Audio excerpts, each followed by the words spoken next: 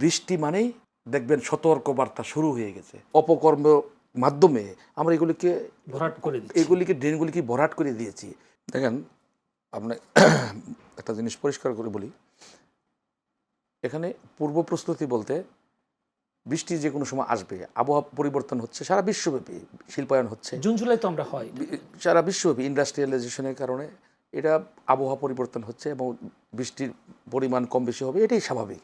একটা এই ছোট্ট শহরে যেখানে কোটি কোটি মানুষের বসবাস, এই কোটি কোটি মানুষের চাহিদা, খাদ্যের চাহিদা মেটানোর পরে এই খাদ্যগুলো আমাদের হজম প্রক্রিয়ায় চলে যাওয়ার পরে আমরা বজ্র উৎপন্ন করি।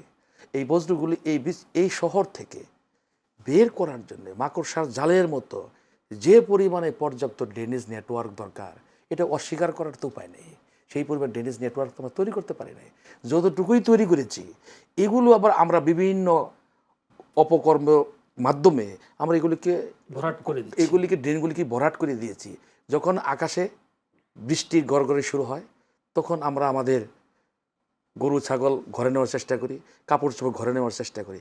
এর আগে যে যতই বলি আমরা কিন্তু সেই চেষ্টায় আমরা রত হই না। ঠিক বৃষ্টি আসবে, জলাবদ্ধতা প্রচুর বৃষ্টি আসবে, এই যে ড্রেন যে অবস্থায় মানে অকার্যকর অবস্থা রয়েছে, এটা আপনি কি করে পরিষ্কার করবেন? যদি আপনাকে 10 ফিট লম্বা একটা প্লাস্টিক পাইপ দিই, এই পাইপটার ভিতরে যদি আপনার 19টা যদি গিট্ট থাকে, ব্লক থাকে, এটা আপনি যতক্ষণ পর্যন্ত না ছোটাবেন ততক্ষণ পর্যন্ত পাইপের এক মাথা থেকে আরেক মাথায় তো আপনি পানি নিতে পারবেন না। নিশ্চয়ই সিঙ্গাপুরে গেছেন, আমি আশাবাদী। দেখেন যত বৃষ্টি হয় শহরের মনে হয় যৌবনকাল বৃদ্ধি পাচ্ছে। শহরের চেহারা, শহরের আকার আকৃতি এত চকচক ঝকঝক করে, অকল্পনীয়। আর আমাদের দেশে বৃষ্টি মানেই দেখবেন সতর্কবার্তা শুরু হয়ে গেছে। কারণটা কি? পর্যাপ্ত ড্রেনেজ নেটওয়ার্ক আমরা তৈরি করতে পারিনি। যতটুকু করেছি আমরা নষ্ট করেছি। আবার লেভেলিংটাও আমরা ঠিক করি নাই। লেভেলিং ঠিক না কারণে পানি বেরোতে পারছে না, ব্লক হওয়ার পানি বেরোতে পারছে না। একেবারে কোনো রকমের বিশিষ্ট বৈজ্ঞানিক জ্ঞান চিন্তা চেতনা কোনো প্রয়োজন নাই। যদি সদিচ্ছা এবং আন্তরিকতা থাকে, একটু দরদ ভালোবাসা দিয়ে আমরা কাজটা শুরু করতে পারি। প্রশাসন, আগেও বলছি, আমার প্রশাসন স্যার একই কথা বলেন, দায়িত্ব অর্ধেক কর্পোরেশনের, অর্ধেক জনসাধারণের।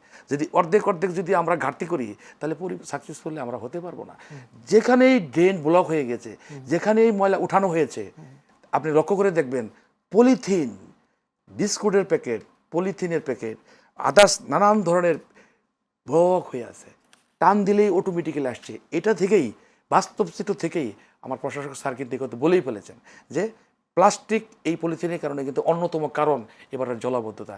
এই বৃষ্টি না হলে, এই বৃষ্টির কারণে যতটুকু ড্রেনেজ নেটওয়ার্ক রয়েছে, আমি আমার জীবন যেমন স্বস্তি পাই, এই ড্রেনগুলি একটা অস্বস্তি পরিবেশের ভিতরে ছিল। এই পানিগুলি ঢুকে যাওয়ার কারণে এই ড্রেনগুলি কিছুটা পরিষ্কার হয়ে আস্তে আস্তে সামনের দিকে অগ্রসর হয়েছে। ড্রেনগুলি যেন উপকার আসছে। কিন্তু আপনার তিনি আরেকটা কথা বলেছেন, যিনি বলেছেন যে আসলে প্রাকৃতিক খাল জলাশয় এগুলোকে পুনরুদ্ধার করবেন, সেটাও তিনি বলেছেন।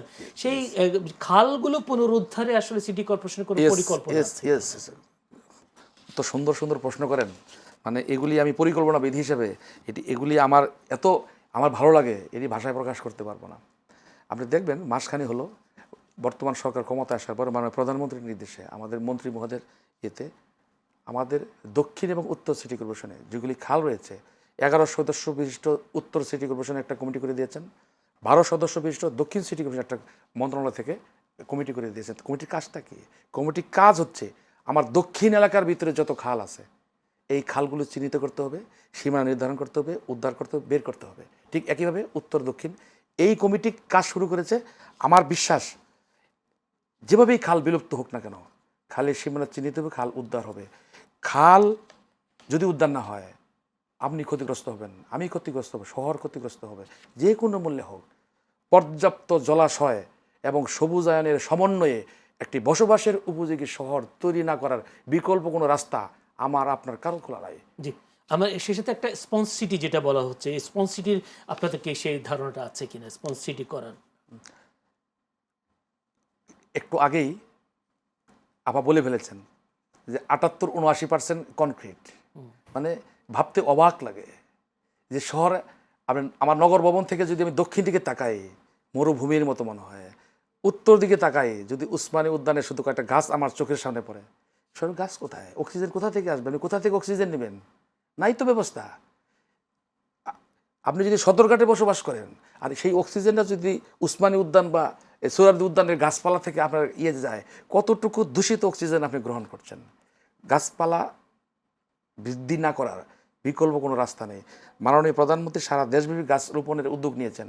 আমরা কর্পোরেশনে প্রতি মাস 60,000 করে আমরা গাছ লাগানোর জন্য আমরা উদ্যোগ নিয়েছি।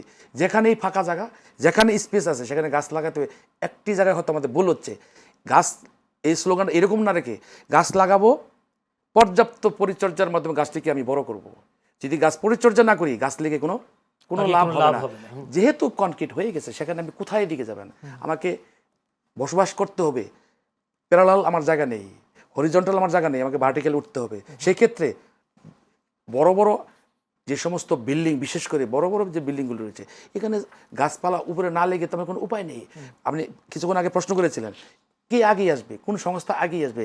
অবশ্যই সিটি কর্পোরেশন দায়িত্ব বেশি, এখানে এগিয়ে আসবেন। আমি যেটা বলতেছিলাম যে যত রকম ডেভেলপমেন্ট কন্ট্রোল সিটি কর্পোরেশনের কিছু না কিছু থাকতে হবে। ওই 19টা শর্তের মধ্যে একটা শর্ত হচ্ছে ছাদ বাগানে যেতে হবে। যিনি ছাদ বাগান করবেন তাকে আমরা হোল্ডিং ট্যাক্সের ক্ষেত্রে একটা ডিসকাউন্ট, ধরেন 5% হোক 7% হোক, সেটা কর্তৃপক্ষ নিবে। অবশ্যই এই হোল্ডিং ট্যাক্সের ক্ষেত্রে যখন আমি তাকে ডিসকাউন্ট করব তিনি উৎসাহিত হবেন ছাদ বাগানে। এই ছাদ বাগান করলে উনি লাভবান হবেন, আমি লাভবান, সবাই লাভবান হবে। সংস্থা হিসেবে সিটি কর্পোরেশন ওই ছাড়পত্রের বিষয়ে আমি সেই মেসেজটাকে আপনারা পৌঁছাতে পেরেছেন কিনা বা সামনের দিকে পৌঁছাবেন?